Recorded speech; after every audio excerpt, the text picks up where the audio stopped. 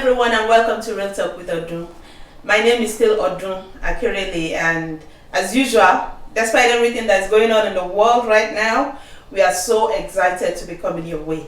We are always happy to get to talk to you guys, to give you our views and our opinions about issues and everything going on. But we are not talking about NSAS. Of course, we want them to NSAS, but we are not talking about NSAS. So welcome to the show today. The topic for today is infidelity in marriage. And I know it can be a very touchy topic, it can be a very touchy subject.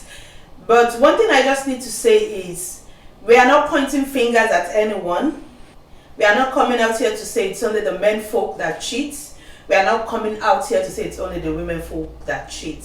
We are talking about infidelity in marriage generally.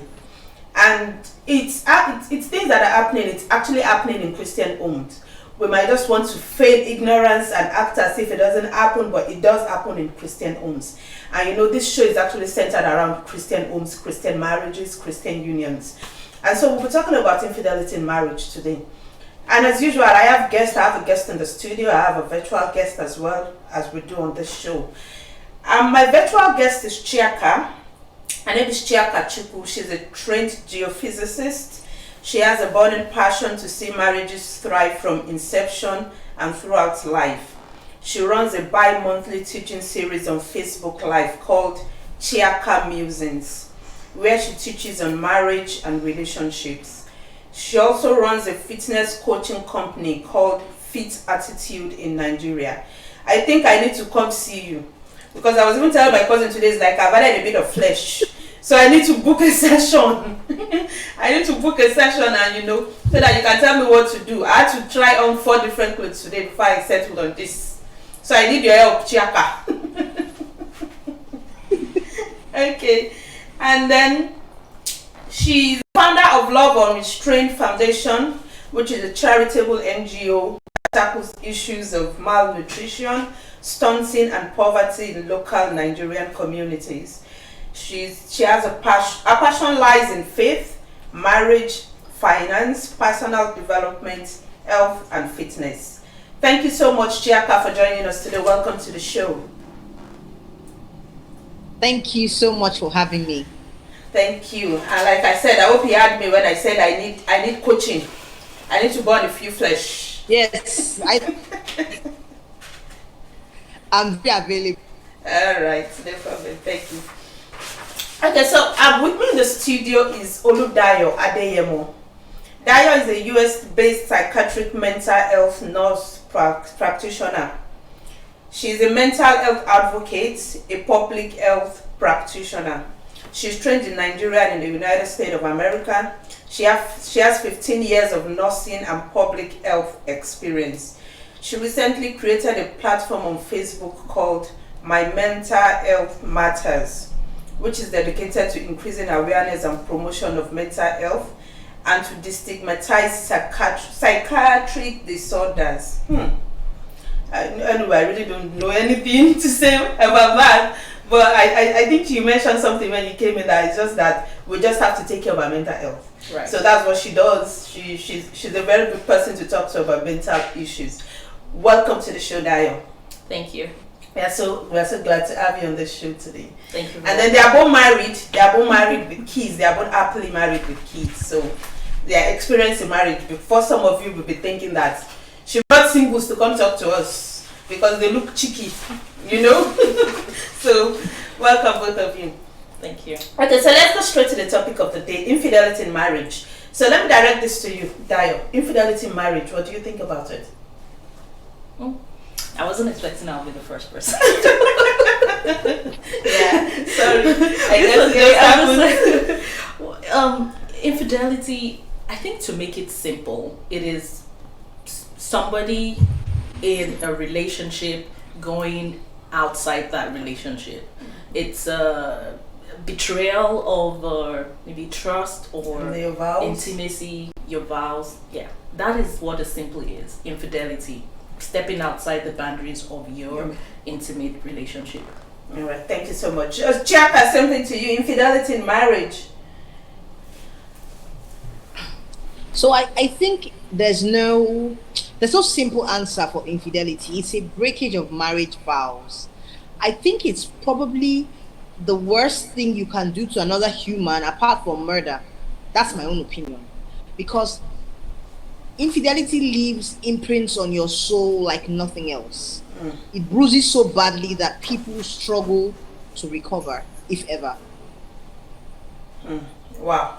I think we are still going to get to all the bruising, the hurts, and all that, because I know it can actually destroy a fellow human being if care is not taken. It can just mess you up and make you lose a lot of things. So I'm going to come back to you, Chiaka. What do you think are the causes of infidelity in marriage? So there isn't also a simple answer. So the first thing I would say is emotional detachment. When you so if you've never had that connection with your spouse, you're more open to infidelity. Okay. So that's number one. So when there's an emotional detachment, and now several things cause emotional detachment. So I may not have to go into all that. And then there's just plain indiscipline. Some people never plan to keep their marriage vows. They didn't even have, so there's emotional desire, there's indiscipline, and there's just plain old temptation. That people got tempted, wrong place, wrong time, didn't prepare or think it through, and then just slept with someone who wasn't their spouse, really. So for me, it can be emotional detachment, it can be any of those things. It can be plain, this was temptation and I just entered. It can be that also. It can be that simple. Okay, so there is this other thing I saw online that they said when you feel as if the relationship is one-sided, you tend to cheat. How true is that, Daya? Well,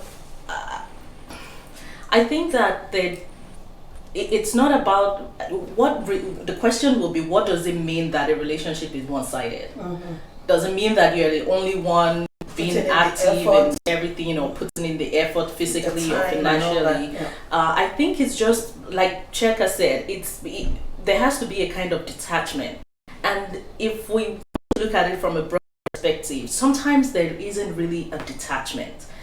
It might be, well, like she said, the indiscipline, but sometimes I think that infidelity is really around a desire or something that is unmet for somebody.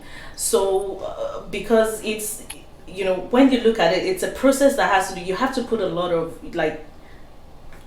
okay, it can be physical infidelity. Yeah, having a sexual relationship with someone and it's been a long-term thing that's been going on. It can be a one-time thing. You just met someone, you went on a conference, you met somebody at the reception, the opportunity or something presented itself, and then you just something happens. Or it could even be something virtual now everybody Cheka is here with us virtually. The world, everybody is on the internet. You met an old ex-boyfriend, something, you start talking from something, it leads to somewhere. I think it encompasses a lot of things going on with either in the relationship or personally in that person's life. So it's not really about maybe it's one-sided, because in a lot of some or even a lot of relationships where they're dealing with infidelity, they're long-term relationships.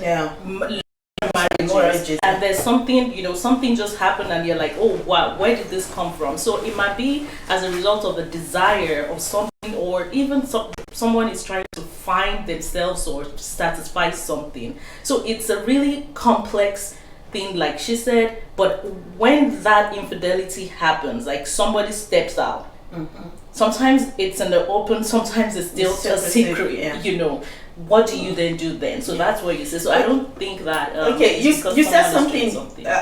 You said at times it might be a desire not met. Might be. So I want you to just explain that a bit. Like, is it that I yearn to be touched a certain way, I yearn to be talked to a certain way, I want to be respected a certain way, I want to be treated a certain way? So are those desires that could make someone step out of their marriage? Well, so not okay. So let me bring a mental health perspective into this. It's about our health, or the way we feel is about three things: the way we think, the way we feel, and the way we're behaving. But these three things, they come from different things: your upbringing, your experiences in life, your composition, all the things going on in you. We have experiences and things that we've been coming through here on this platform. We're talking based on us being faith-based Christian women, and we want to talk from that perspective. So we're talking about marriages, we're talking about, you know, staying together. To a Muslim, they might not be in the same context if it is allowed for them to have a husband or a wife. But even in that relationship that is not Christian-based relationship, we still find infidelity there. Oh, you're doing something outside and we don't know in the house. So that desire, it might be, so it should be in that context. So the desire is not always sexual desire. It might be there's a gap in communication. It might be there's a gap in affection. It might be that there are even some unfulfilled needs or desires in somebody's life, even right from childhood. It might be a lot of expectations not met. Yes. So it's not necessarily, it's not all sexual. I going back to a conversation I had with someone recently. The person was like, it doesn't cheer me on. And I met this other person at work that's like, you can do it, go on, you know. And as it give her that boost. And she was like, I don't want to do this, but this other colleague is giving me this push. You're right. And sometimes it's a desire that is not made, that is not necessarily based on a sexual context or physical appearance, and romantic or not that. And it doesn't even have to be the other person's fault. It doesn't have to be your spouse's fault or your partner's fault. It's just a need in you. It's a need in you that not, you know, that is not being met. And even sometimes you know, honestly, some people don't even know that they have that void. They don't know, and that's why, you know, it's really important for us to really understand how we're feeling and not bottle things up, and not, you know, just really be in touch with yourself. Oh wow, thank you so much. Jacka, do you want to add anything to what Daria just said? At the moment, no, I think she covered it. Some people can't even communicate what it is that is lacking in their lives. And so they keep grasping at straws to fill the void, but nothing works. That's why we have lots of addictions, because you think if I take a little bit more alcohol, I'll feel better. But you have trust issues or intimacy issues or connection issues. I have nothing. So the void is always going to be there. So you keep grasping. Sometimes it's infidelity you grasp at. Never enough. Okay, so a question just popped to come to my mind right now. Like that void, how do you fill it up? Do you need someone else to fill up that particular void, or is it something you can work on yourself? You can work on by yourself. Like, okay, be determined and be proactive about filling that void. Is that achievable? Is that doable? Oh well, so I think sometimes you know the void and you're searching for it. Sometimes you don't know that you have a void, and you meet somebody that seems to be filling the void and like, oh my goodness, like what you said. Oh, he's cheering me on. So I'm actually this, I'm actually that, and I'm not getting this from there. Then I'll pick from what Chika said about communication. When we find out, because anybody, honestly, to really be sincere now, anybody can fall into or can be at the verge of infidelity. A pastor, the best wife, the best mother, the best husband, you can fall into that. What I think is that when it's possible, I think that it's okay to talk about it. If you find out there's like the person you're talking about, this person is cheering me on, you might want to tell your spouse about, you know, I would really like you to cheer me on more. And for some, even it's just listening. Some people, when it's just this person listen more than my spouse. As in, I want to talk and he's there to listen. Do you know that studies have shown that the time that I think average couple, the average time that couples have meaningful conversation, it's not even up to 30 minutes in a day. Oh wow. Yes, in a day. Like we're talking seriously about stuff, even when they're talking about children or spouse or finances or something, you're talking to the person you're working around. But how much time do we spend with our colleagues? How much time do we spend with friends? How much time do you spend talking meaningfully, saying something with people at work or that you meet outside? It's almost not, because when you meet those people, you know this is for a short time and you're making good use of that time. But you think your take spouse is advantage there. of the time you have with your spouse, and we talk about it whenever. And then you never did. Yeah, but when you start talking about something meaningful, we're talking about something meaningful now, we go into deeper stuff, and I'm like, you know what, that's a good idea. We should talk about, I think we should meet again. You come up, and then we start finding our interest. We start finding, but that is not there in a lot of relationships. And for those that are, making things work, I think one of the things those relationships have, or that they invest in, is meaningful conversation and intentionally. Be intentional about it. We put in the work. My pastor back home in Nigeria will tell you marriage is hard work, and the problem is a lot of people don't want to do the hard work. Right. Put in the work. Right. All right. Thank you so much. So, Chiaka, one other thing I found out that people say is the part of the causes of infidelity is having an unsatisfying sex life. Can that cause infidelity? Chiaka, can you hear me? Yes. Yes is the simple answer, but it's not that straightforward. Yes, I can hear you. So the simple answer is yes. Unsatisfied sexual needs in marriage can open the door to infidelity. But what should be the proper response is communication. Like Dio said, communication, people don't realize, is a learned skill. You actually learn to communicate. Now, people, which is back to the whole emotional root cause analysis. Why is it that there is sexual dissatisfaction? People assume that there's some miracle sexual compatibility. People are not told that sexual compatibility is learned. You find rhythm. It's no miracle fix. I don't care how many sex partners you've had. With this person, you need to find your rhythm, and it may take a while. It usually does take a while. And are you able to communicate your vulnerabilities in a place of trust without feeling that you're going to get verbally attacked? So it's possible. Yes, the simple answer. If a man or a woman is not sexually satisfied, and I hope that they don't have absurd, when I say absurd, like they don't have sex 7 times a day, and people to scream from the roof and handcuff themselves to the tree, hopefully, not those kind of stuff. I mean, like regular people. It's especially for Christian marriages. You'll be shocked about how many Christian marriages go for weeks and months without sexual intimacy. And it's just a cycle of frustration. Quite a number of people. And they don't complain, they just stay there and take it because they are told, oh, God hates divorce, so let's just manage it. And we don't seek help. We look at something like, go for counseling, no. So a lot of people don't go for the help, and they could have been helped, but many people refuse to go for help. All right, thank you so much, Chiaka. So Daya, let me ask you the same thing. This is because I have always been of the school of thought that once you step out of that marriage, you are responsible. I have always believed that I cannot make you step out of your vows. That once you step out of that vows, it's your responsibility. So when someone now come and says because she was depriving me of you, or it was depriving me of sex, I always feel like, I don't know if you understand what I'm saying.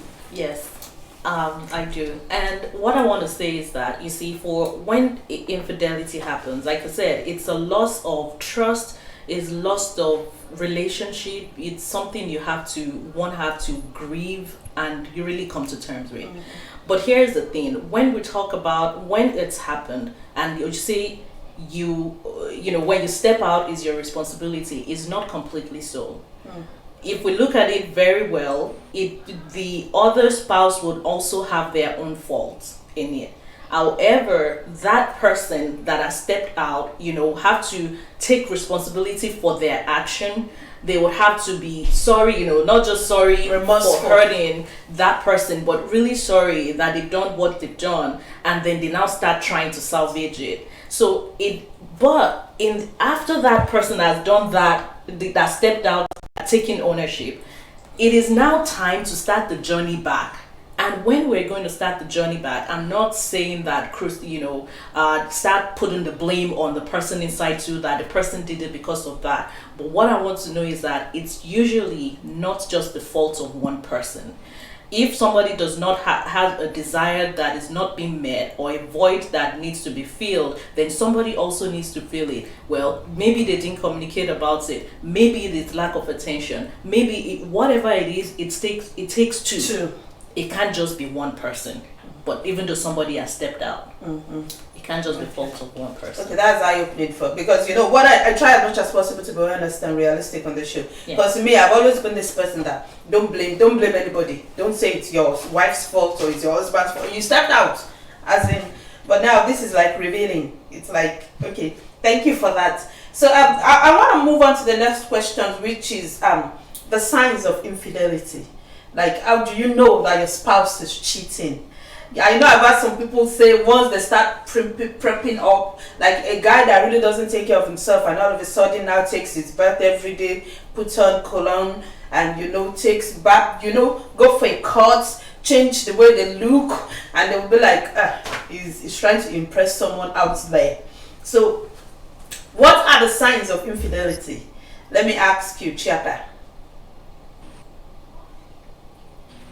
Okay, so from me, I this is my own opinion. Maybe we'll ask the psychologist or the psychiatric nurse.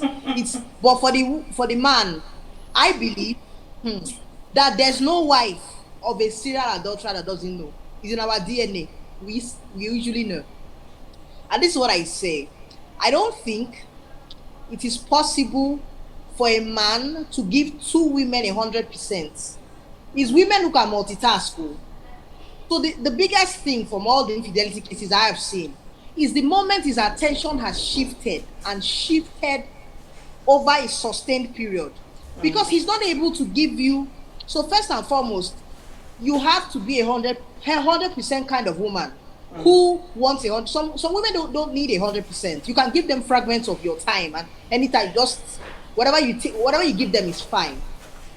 But if you're a 100% kind of woman who, not that you crowd his space, but who needs the kind of care and attention he can only give one woman, once his attention shifts, and and he can't explain it by work, by business, career, by physical stress, over a sustained period of time, most women already begin to sense that he's not here. And I think it's a really intuitive thing, because I keep speaking to women over and over again. I'm like, you're complaining in 2018. At what point in time did he shift? And he was here 2012, 2013. I started noticing every woman can really tell that he's not 100% here.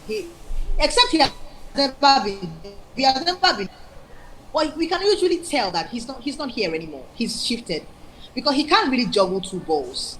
So if once his attention is focused on something else, you're going to lose his focus, really. And it's different. So the simple things, that's a definitely red flag. When he can no longer hold his focus with you, you know that he's shifted, or he's shifting. But the woman is a different ball game, because it takes God Almighty, except she's caught in the act. It's very difficult. I was going to ask you that. Thank you for saying that, because I was going to ask you, because at times we don't know. We can be very, very, very, what will I call it? Crafty. Because we are naturally intelligent.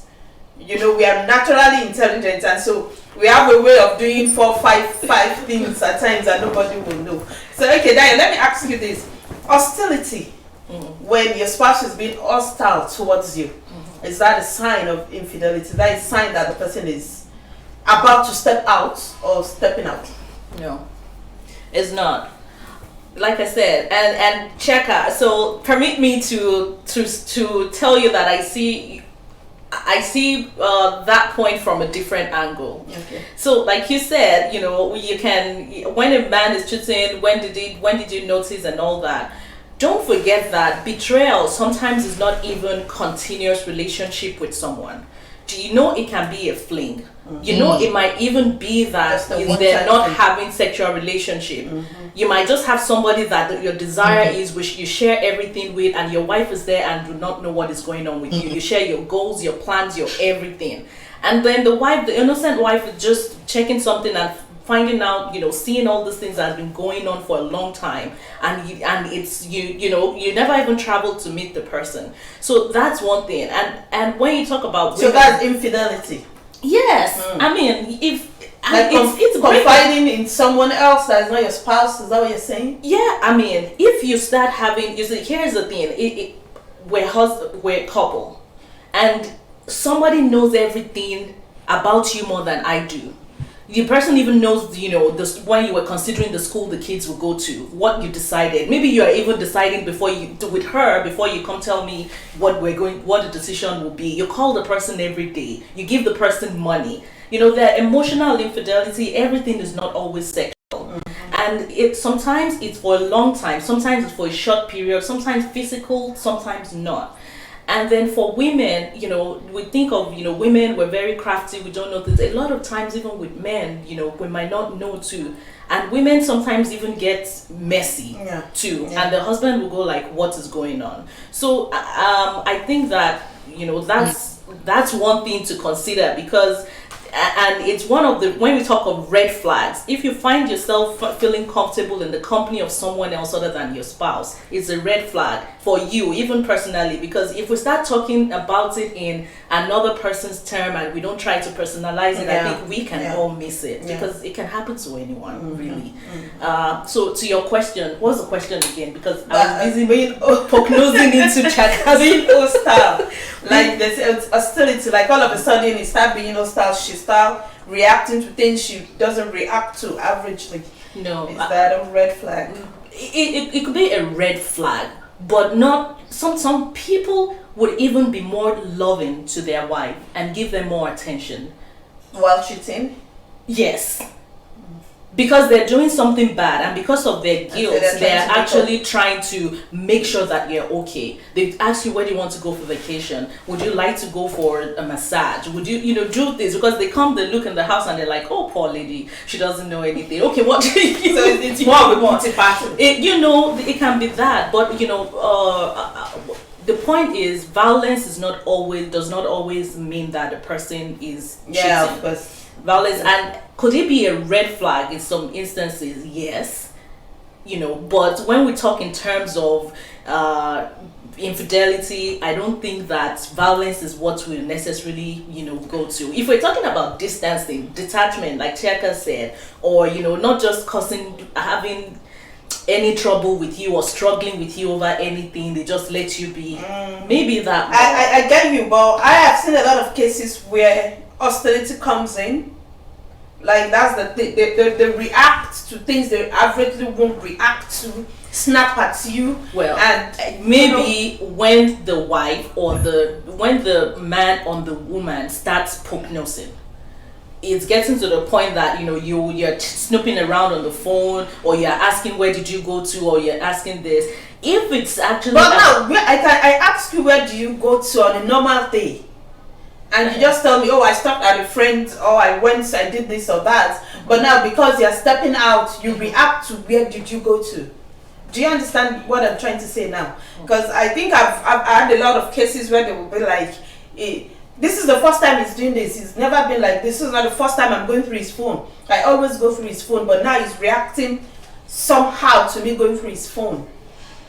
Well, I mean, like I said, it could be a red flag.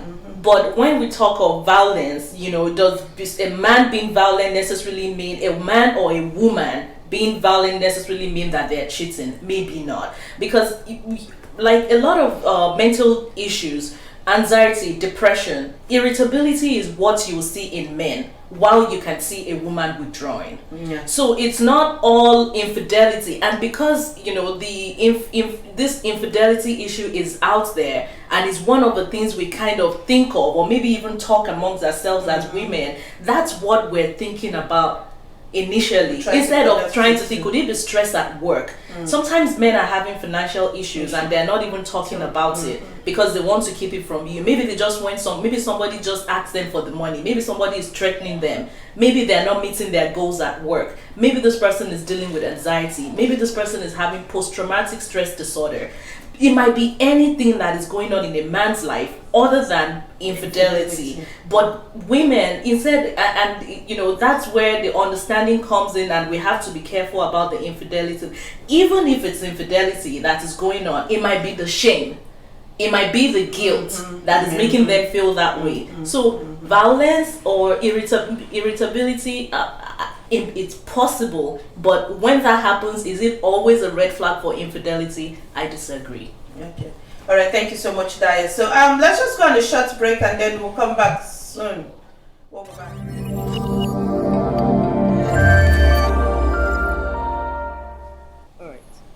All right, welcome back, guys. Before we went on that break, we were talking about red flags, how you will know your spouse is about to step out or is stepping out, and myself and Daya were talking about being hostile to your spouse, if that is a red flag or if that is a sign of infidelity. So I want to ask you the same question, Chiaka. Is that a red flag? Once your spouse starts reacting to things they averagely don't react to, is that a sign that you should watch out for? So, yes and no, because sometimes people are short-fused because they are stressed.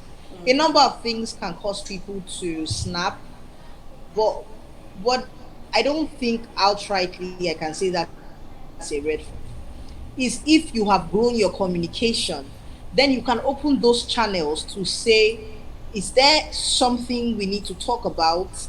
You seem to have a temper these days. You seem to be short-fused, because everything hangs on communication. We'll continue to make assumptions as far as there are no communication lines open.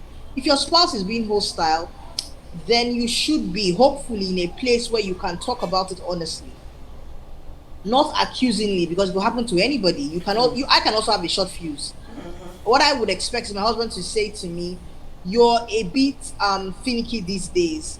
Did something I did, or are you stressed, and how can I help? You're cranky, So the you're same way I grouchy. also extend the same grace. Exactly. So it's not blanket, but yeah, quite a number of people can begin to see their spouses in bad lights when they have found the one. You know how people can be married. Yeah. They say that the soulmate, the hiding, has finally shown up, and then they begin to act funny. So it can be either of them, actually. It could be, and then maybe not. It could be something else.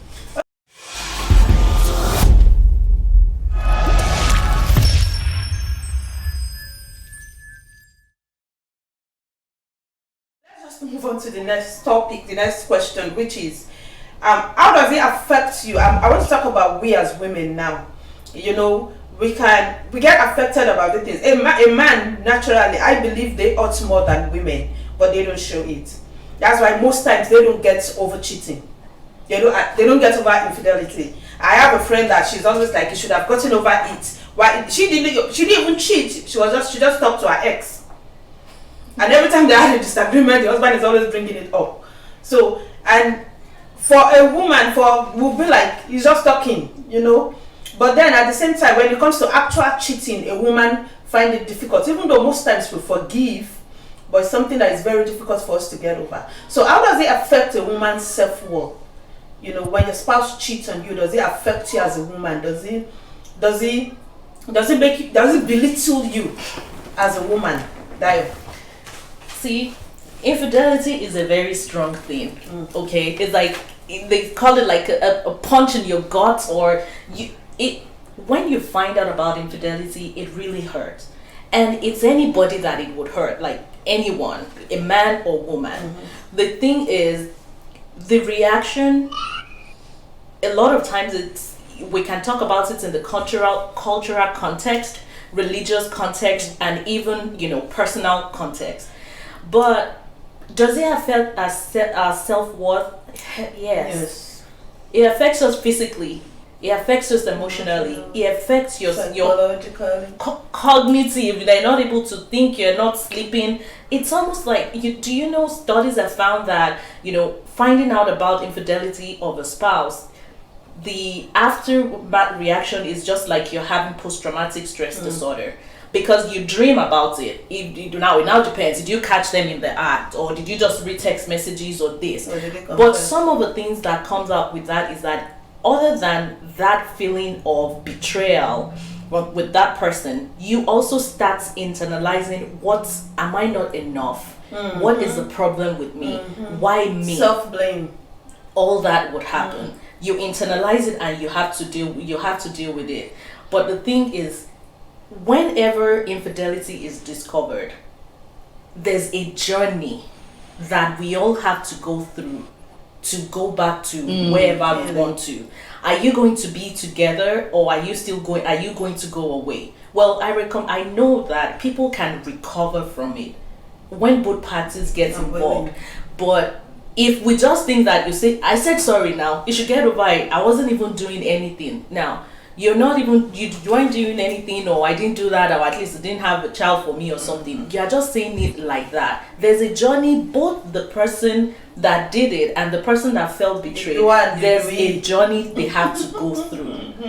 And if they successfully, maybe Cheka will be able to tell us more about that. If you successfully go through that journey of from apologizing to taking ownership to taking steps, to after taking all that step, you now start your recovery journey together. It spices up the relationship, because during that journey you will talk about what the issue is. And so you are rediscovering each other. Yes, and whatever the void is it something from your past? Is it something I'm doing? Is it something I'm not doing? Is it something you want? How can I meet it? You come and talk about all these things, and then the forgiveness part.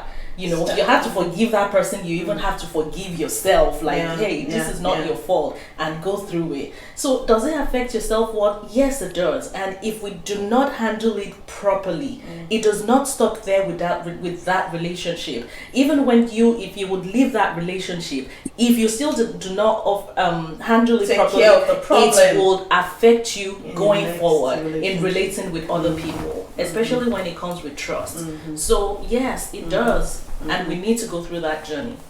Thank you so much, Dayo. So, Chiaka, as Christians, most times in church, if things like that are found out, they will just be like, keep praying, we'll pray for you to heal, we'll pray for you, But then, I found out that at times it's not just prayer. In fact, prayer works. Prayer is good.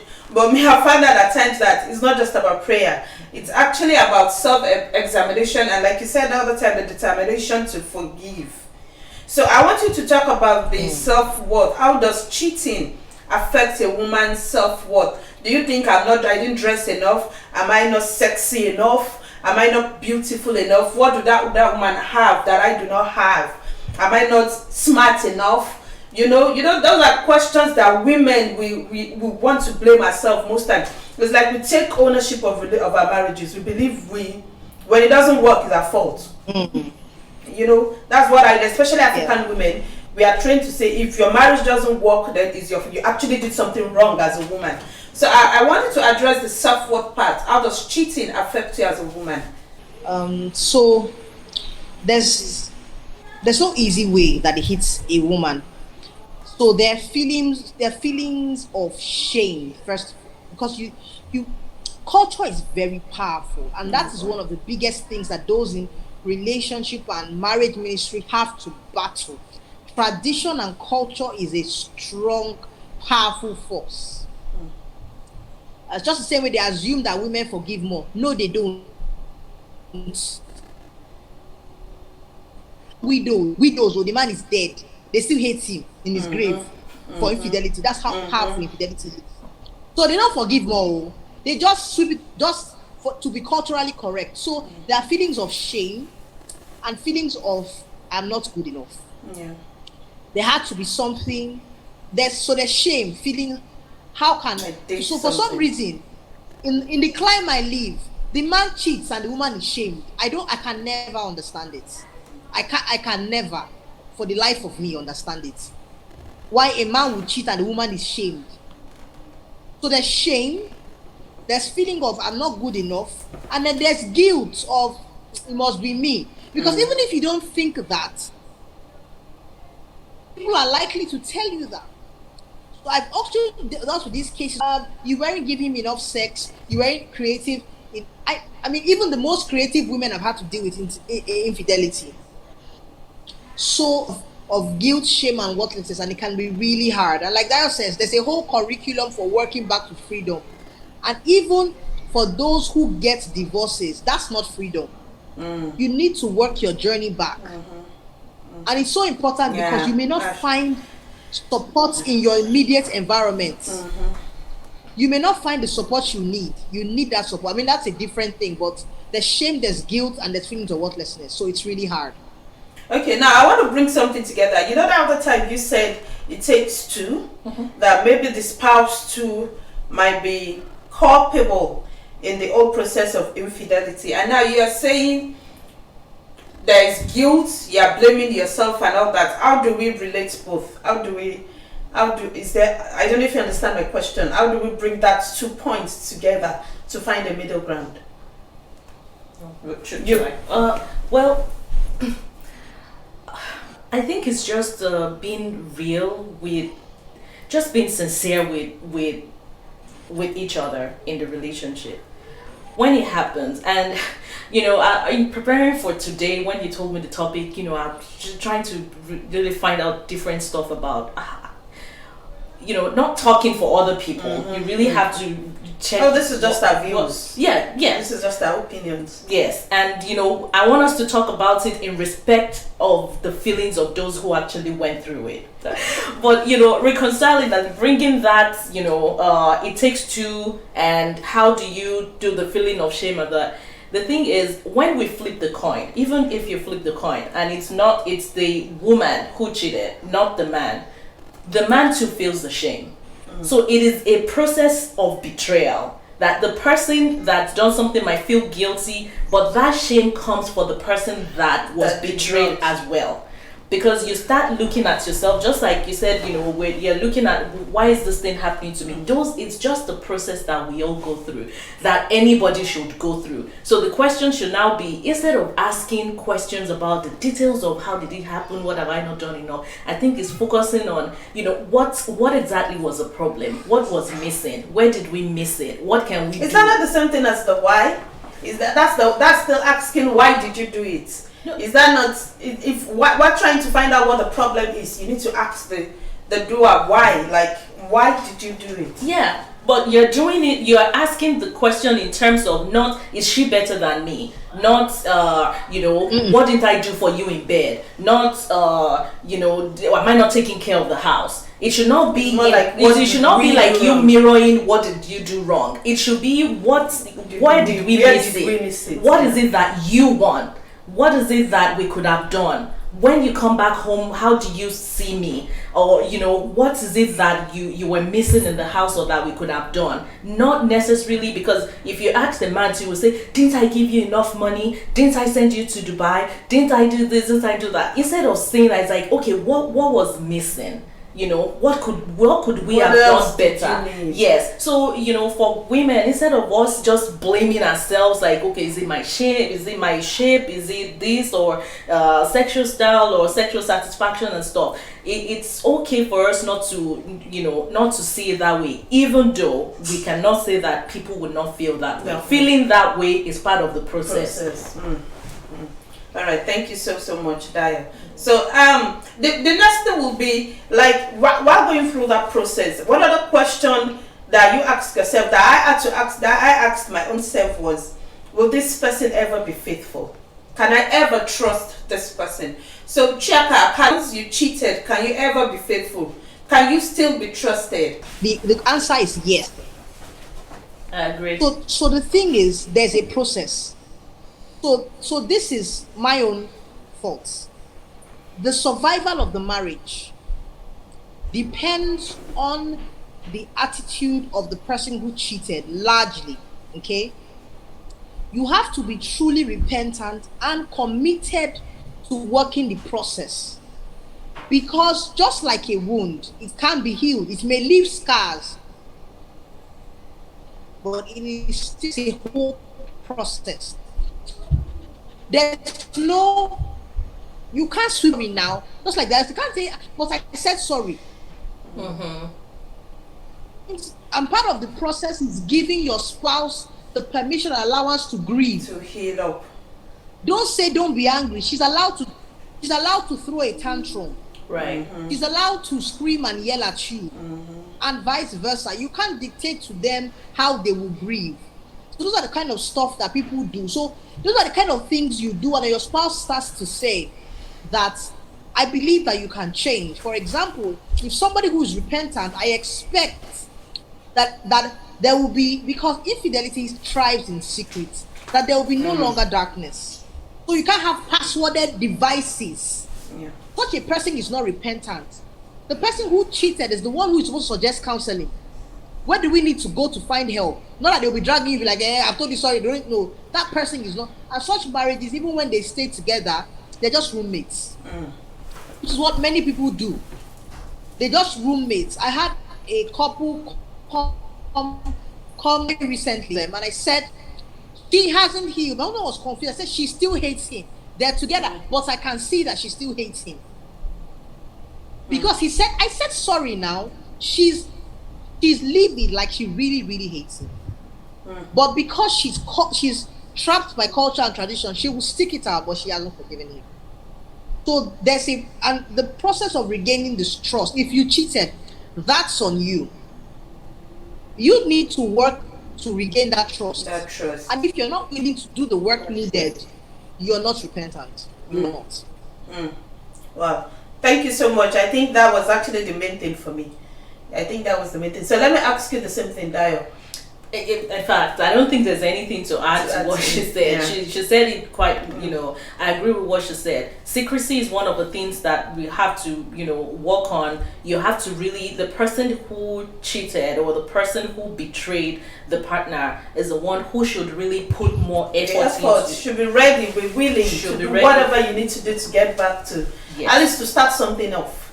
Even if not to get back to where you were before, but at least to start building it. Even though it takes time, it will take time most times. If you're someone like me, it will. Because if that's the truth, you should be patient with your spouse to heal up and wait for them to go through that process and get to that place where they're like, okay, now we are okay, at least. All right, thank you so much. So the next thing we want to talk about is, you both have been talking about the process, the healing process. What exactly is this healing process?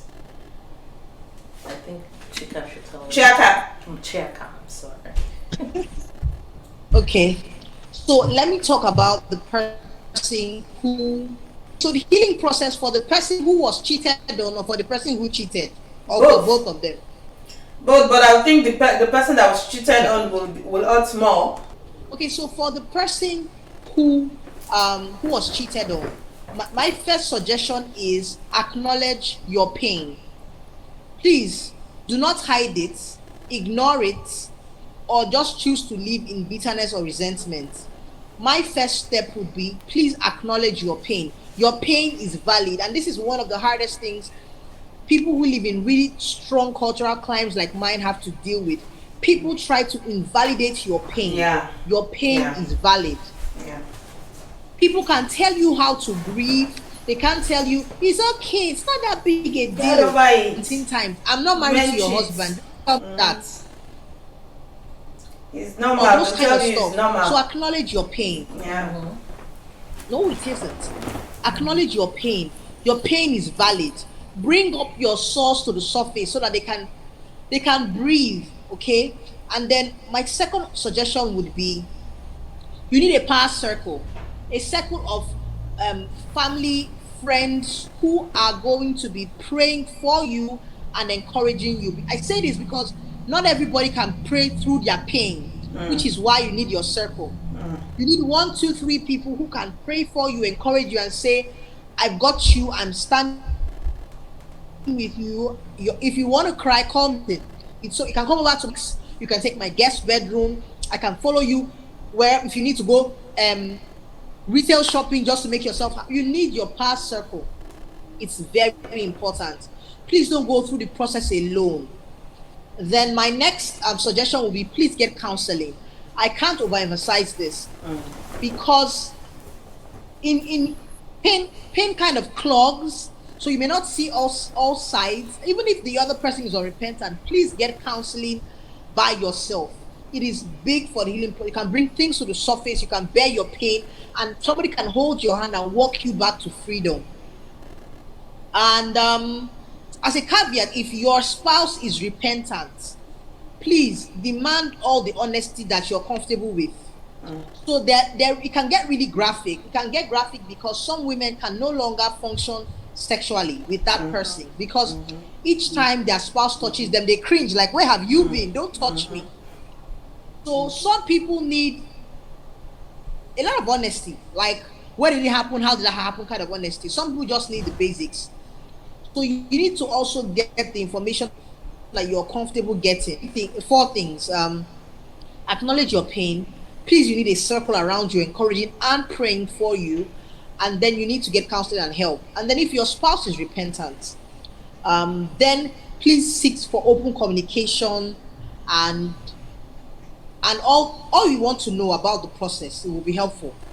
Right. Then if you're the person who cheated, your life is not over because you've cheated. And saying you're sorry is not repentance. Your actions have to follow. Yeah. You have to take the lead. Yeah. You have to. There cannot be secret accounts, secret passwords. Those are the kind of stuff that lead you down the rabbit hole. So you can't do the same things and expect not to show up there anymore. I'm sorry will not cut it. I'm sorry, but I'm sorry will not cut it. So you have to genuinely apologize. And you also need a circle that she trusts, that can mediate for you, because sometimes the offended spouse is so hot they can no longer, but maybe she has a big sister who she loves and respects, who you can talk to and say, would you tell her that I'm sorry? I'm genuinely sorry. Would you get her to see me?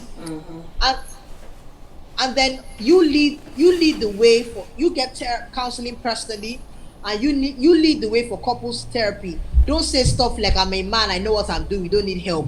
Yes, you do. Or you wouldn't have found yourself where you are.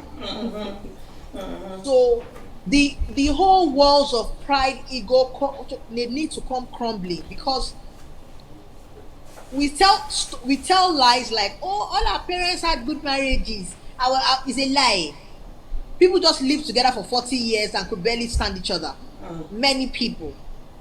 And how we know this is that none of us can shout a loud amen when we say, may our marriages be exactly like our parents' marriages. And I say that confidently because I'm one of the few children who had parents, a top-notch marriage, and I knew that their marriage was not perfect, and they had a great marriage. So I'm now wondering those who are coming from families with 7 wives and 42 children, telling me that their parents had a good marriage. I'm like, are you really serious? Those would be my suggestions. Acknowledge your pain. If you cheated, please be repentant. Seek a past circle who is encouraging you and counseling with you and praying for you, and get counseling or therapy. Please don't walk this alone. It's a slippery, painful road. Please don't try to do it by yourself or sweep it under the carpet. It's really a hard place to be, and there's no easier way to say that. Okay. All right. Thank you so much, Chiaka. So we're going to run a short break, and then we're going to ask Dayo's opinion of the process. So we'll be back shortly.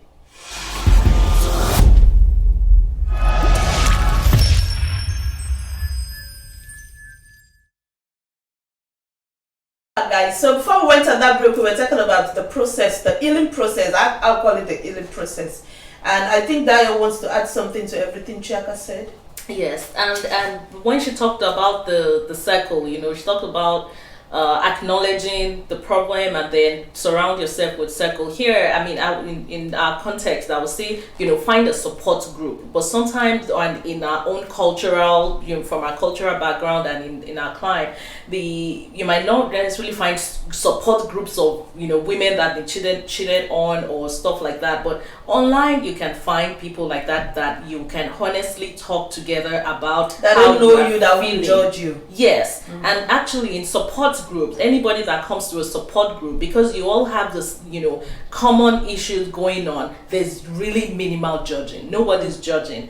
That's where you discover that even when you think yours is the worst that can happen, you hear what other people are going through and how they're dealing with it, and you're also able to support other people, which gives you a sense of purpose. So that's really good. But I want to talk about us, because there's hardly anybody you will talk to or ask the question, do you have anybody or know somebody who has dealt with or is currently dealing with infidelity?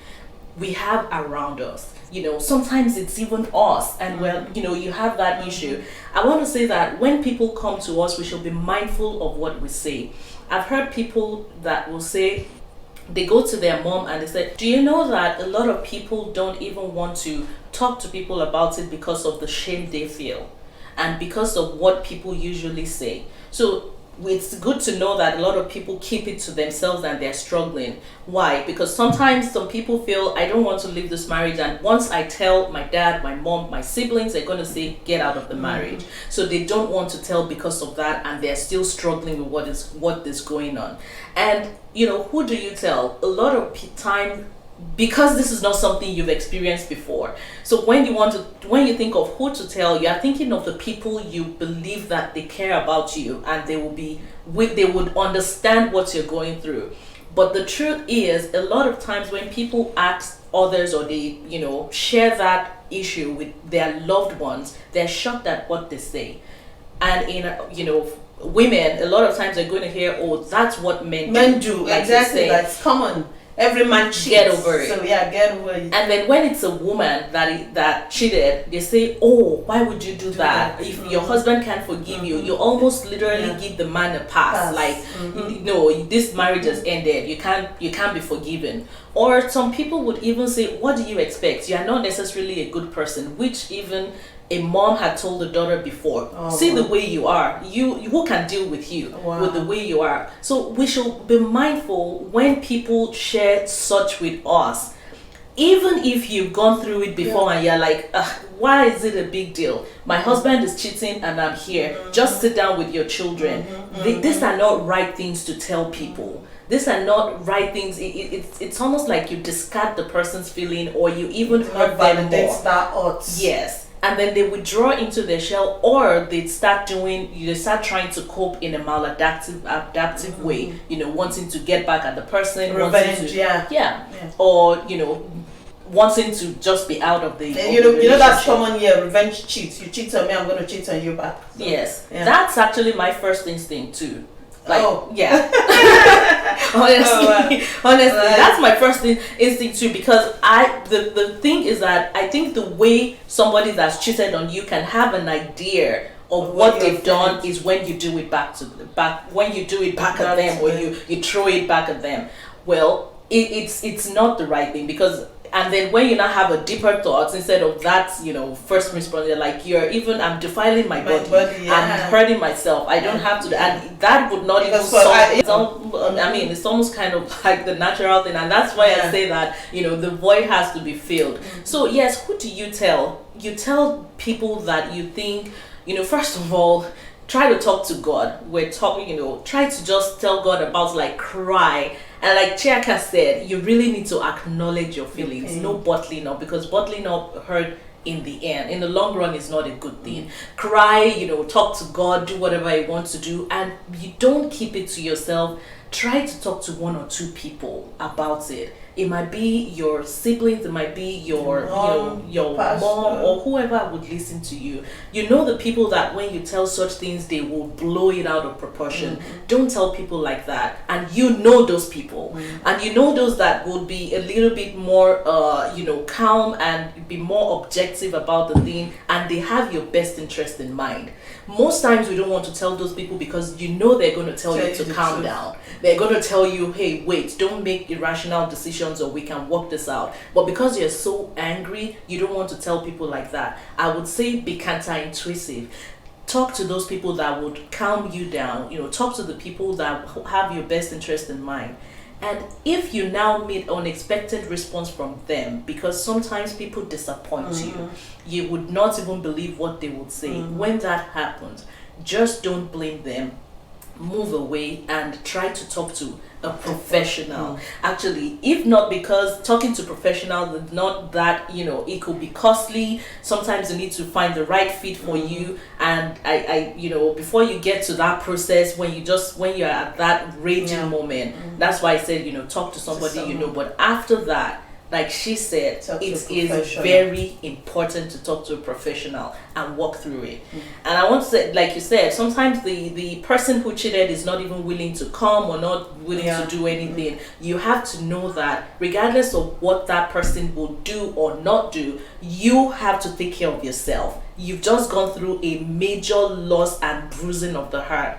You have to take care of it and not just let it lie there and just wait for it to pass. Okay. It doesn't just pass like that. Okay. All right. Thank you so much, Daya. So, Chiaka, I'm going to phrase the question to you in another way. Like, what should you not do after you've been cheated on?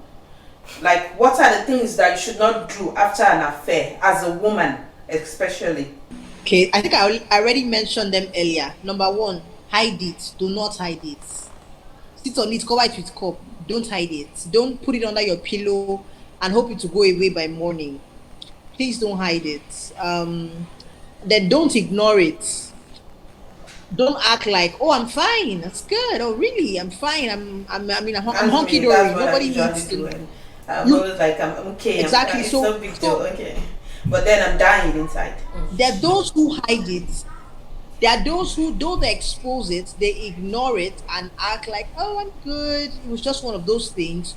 No, it wasn't. Like you said, revenge cheating. Revenge cheating is very popular in Nigeria now. Yes, it's very popular that the woman's husband will cheat and her friends will be like, do it back to him. Don't let it slide. It's just that unfortunately nobody's catching them. So the highest reason for cheating with women now is revenge. Oh, wow. They used to say emotional collection nada is revenge. So please don't hide it, don't ignore it. This was a favorite among our mothers and grandmothers.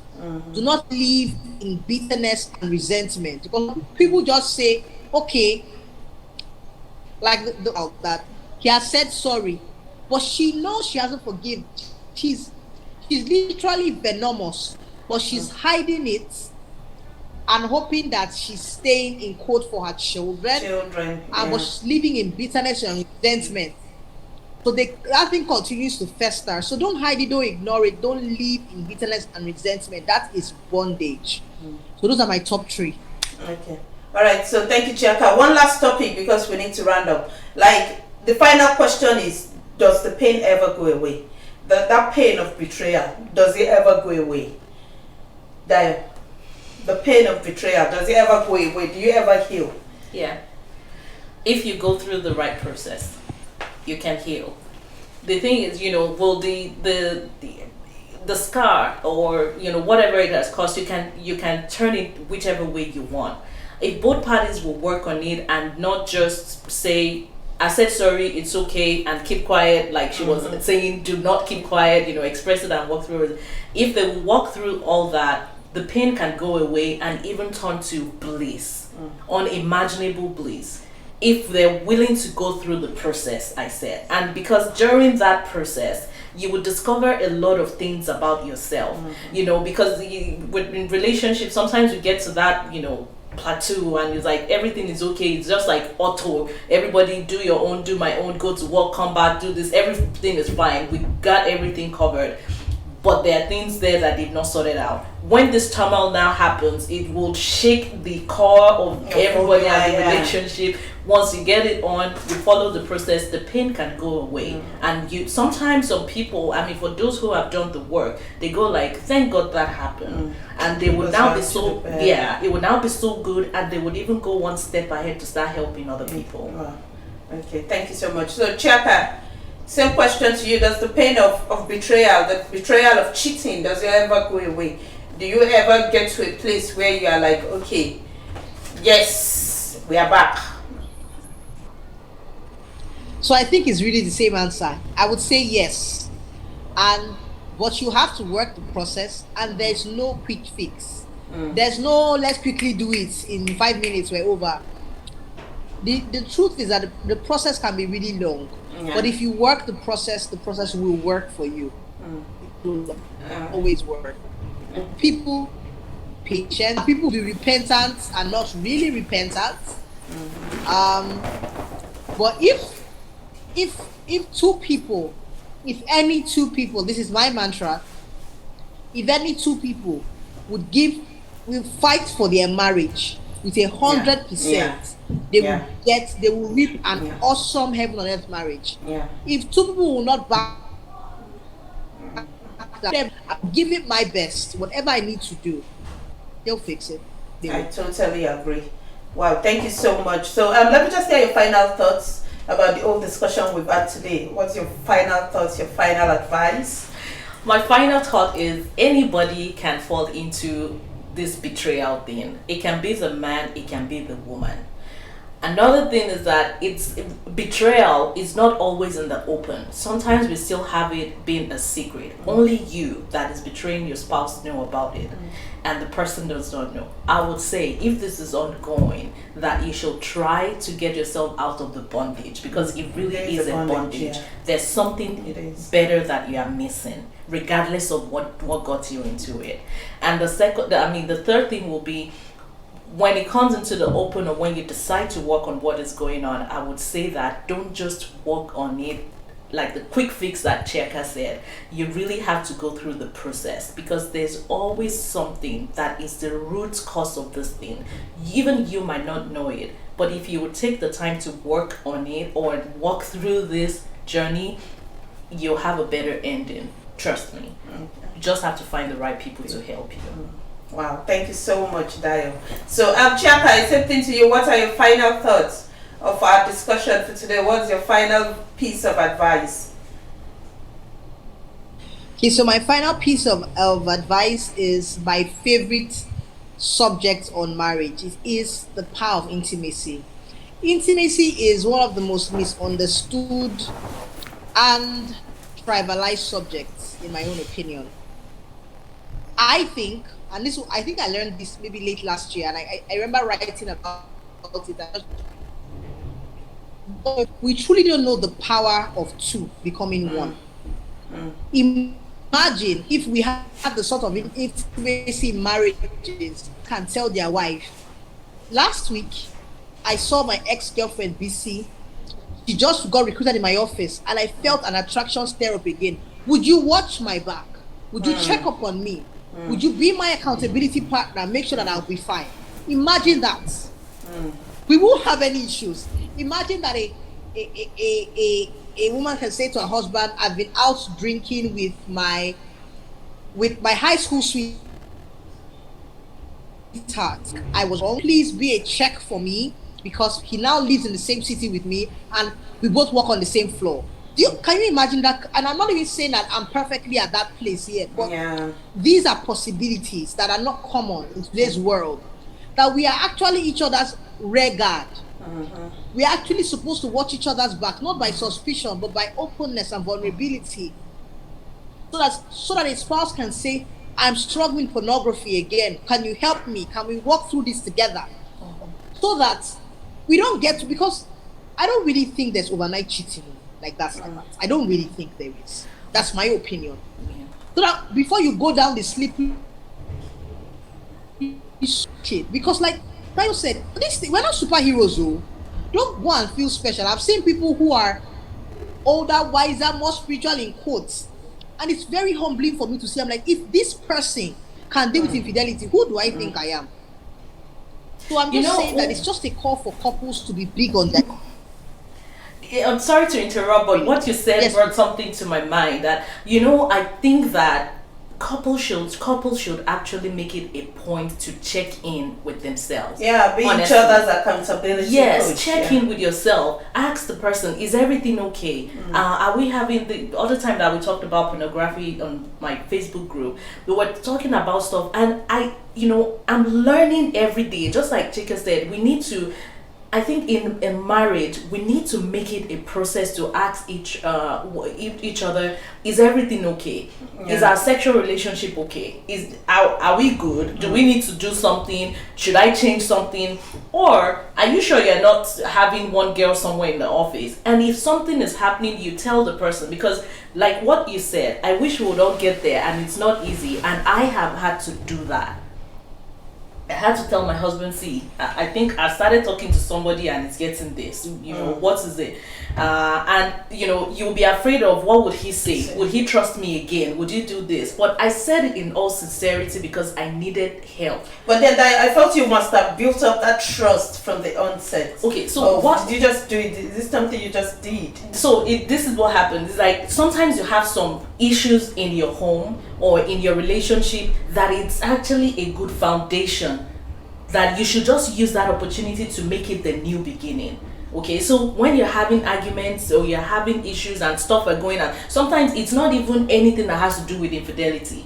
You are just, because husbands and wives have issues every time. So that heated one that you have it, use it as an opportunity to come up with different things. Okay, finances, okay, sex, okay, relationship with your in-laws, okay, your friends that you're keeping, okay, you're coming back late and stuff. Use it at that time to build some things that will work for you, but not in a way that you're pointing finger at the person.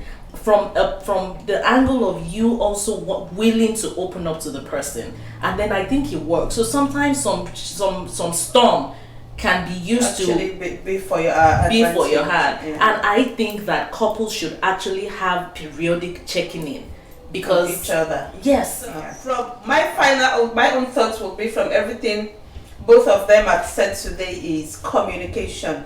Like, talk to each other. I'm beginning to find out that a lot of things hinges on how the both of you can communicate.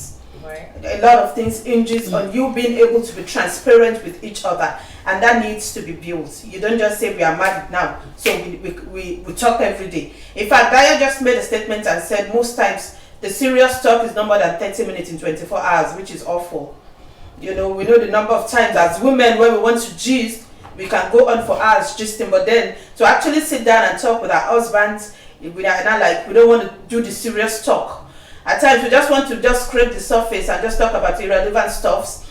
And one thing I know about men is that they want to talk serious stuff. They want to talk about how to make more finances, how to move this family forward, how to get this started up. But then we women, we can be very petty. I'll accept that as a woman. We can be very petty. We want to talk about what to them is irrelevant. And so we need to build up the communication. Then the other thing is patience, I am praying for God to make me more patient. All of us. Especially when it's infidelity. And now flashing back, I remember my mom usually tell me when I was younger that I'm always praying for you, because when you lock up, it's very difficult for you to open up. That's me. That's the kind of person I am, which is why I said I'm praying for a lot of things. So patience is one other thing. And then there's one other thing I think is important. You need to forgive every day. You forgive every day when it comes to infidelity. Don't just say, I've forgiven him when he apologized. But no, the odds is still there, like Chiaka said. So you need to be deliberate about forgiveness. You wake up in the morning, you need to say, I forgive you. I have forgiven. It's a daily process. It's not just, I've forgiven him at that one time and then you're done.